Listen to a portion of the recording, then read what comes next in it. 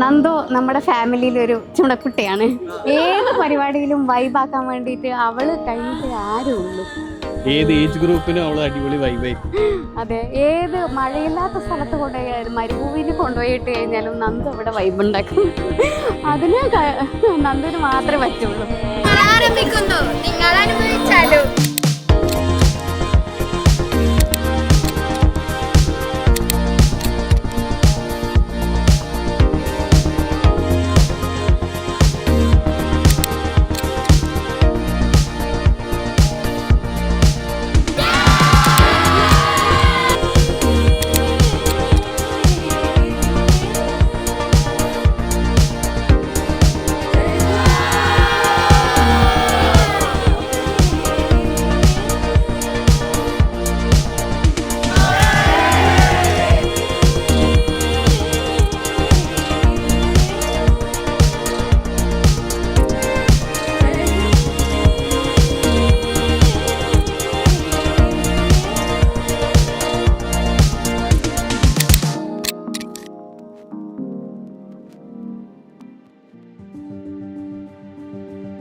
ഞാനും ഏട്ടനും ആദ്യമായിട്ട് കാണുന്നത് നമ്മളെ എൻഗേജ്മെൻറ്റിനാണ്, ഉറപ്പിക്കുന്ന എന്നാണ്.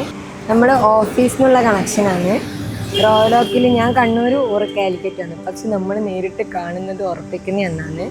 എന്തോ കാരണവർമാരെല്ലാം പണ്ടേ എഴുതി വെച്ച പോലെയുള്ള ഒരു സ്റ്റോറി പോലെയാണ് നമുക്ക് ഫീൽ ചെയ്തിട്ടുള്ളത്. നമ്മൾ തമ്മിൽ ഒരു കാരണവശാലും ചേരാത്ത രണ്ട് വ്യക്തികളാണ്. കാരണം ഓരോ ഓഫീസിൽ ആദ്യം എന്നെ വിളിക്കുന്നുണ്ടെങ്കിൽ തന്നെ എന്നെ ചീത്ത പറയാൻ മാത്രമേ വിളിച്ചിട്ടുള്ളൂ. ആള് കെയറിങ്ങിലെല്ലാം പക്ക അടിപൊളിയാണ്.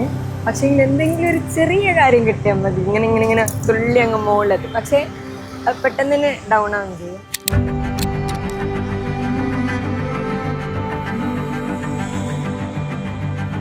ഫാമിലി ആയിട്ട് ഭയങ്കര അറ്റാച്ച്മെന്റ് ഉള്ള ഒരു ആൾ പറ്റിയതാ.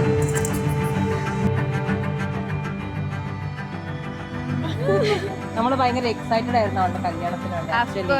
നമ്മളെല്ലാരും അവളെ വളരെയധികം ഒരുപാട്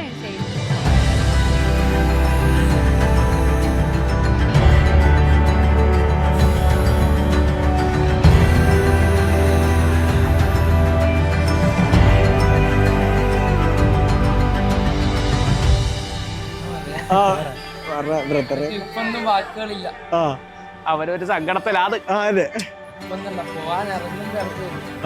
കരച്ചില് വരും.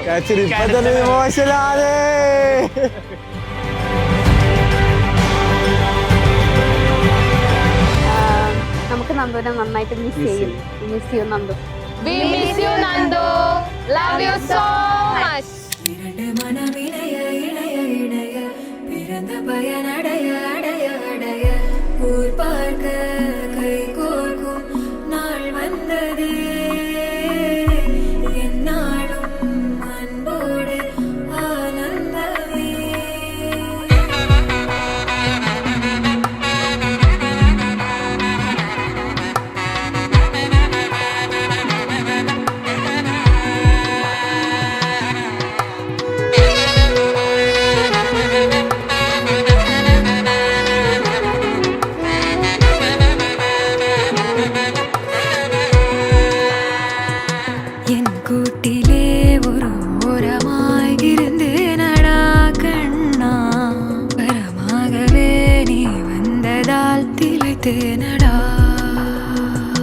திசையின்றி நான் தேடி திரிந்தேன் தனியாகவே கண்ணே, ஒளியாக நீ என்னை சேர்ந்ததால் பிழைத்தேன்.